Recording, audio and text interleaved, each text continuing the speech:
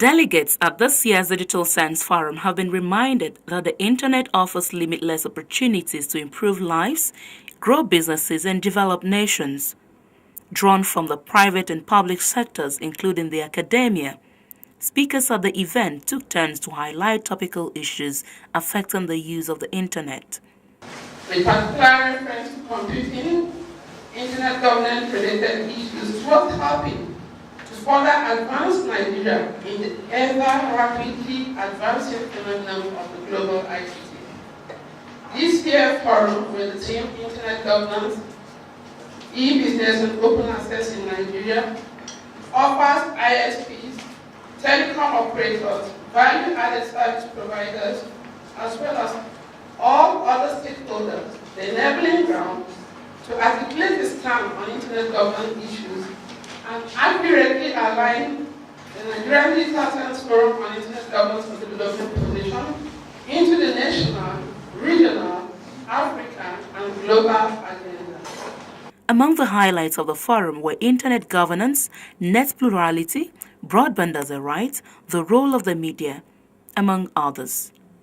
The Internet Governance Forum is particularly of interest to us, and we have currently raised a team in the Nigerian Communications Commission that is taking part in all the Internet Governance Forum discussions taking place around Africa and beyond. The reason is to ensure that our interests as a nation are fully represented at these discussions, and to also ensure that we have first-hand knowledge of how best to exploit the potential that are found on the Internet.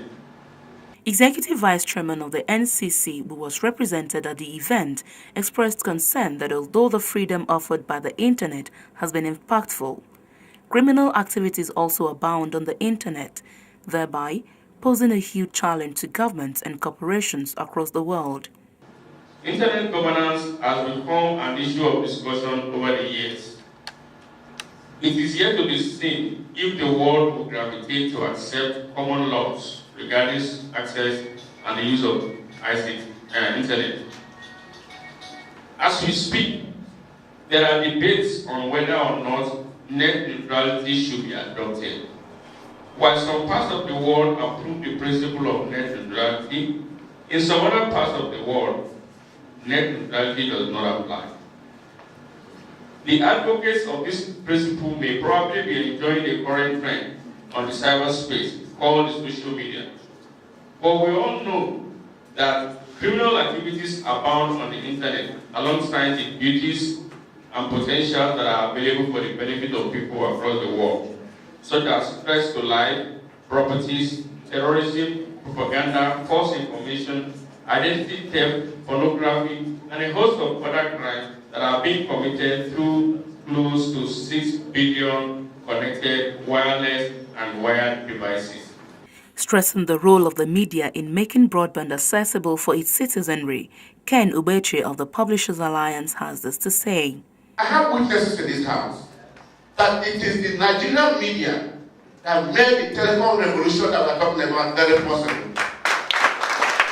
And I'm saying to you today, it will also take this same media to make the broadband rollout very effective.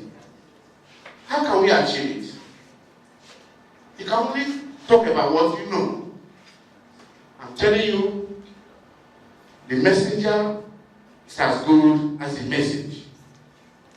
For the Nigeria Internet Group, all of these talks will be meaningful only when Nigerians have full and open access to the Internet through ubiquitous bandwidth, which they say is a right of every citizen.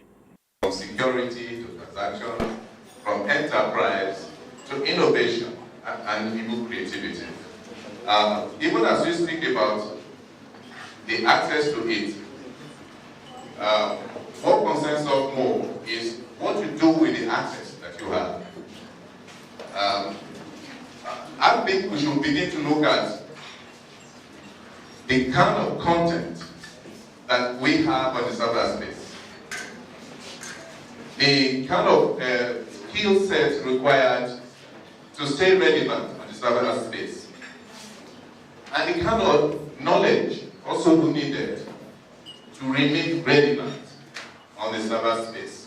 While Nigeria continues to debate whether or not the internet should remain free, the global community is doing the same.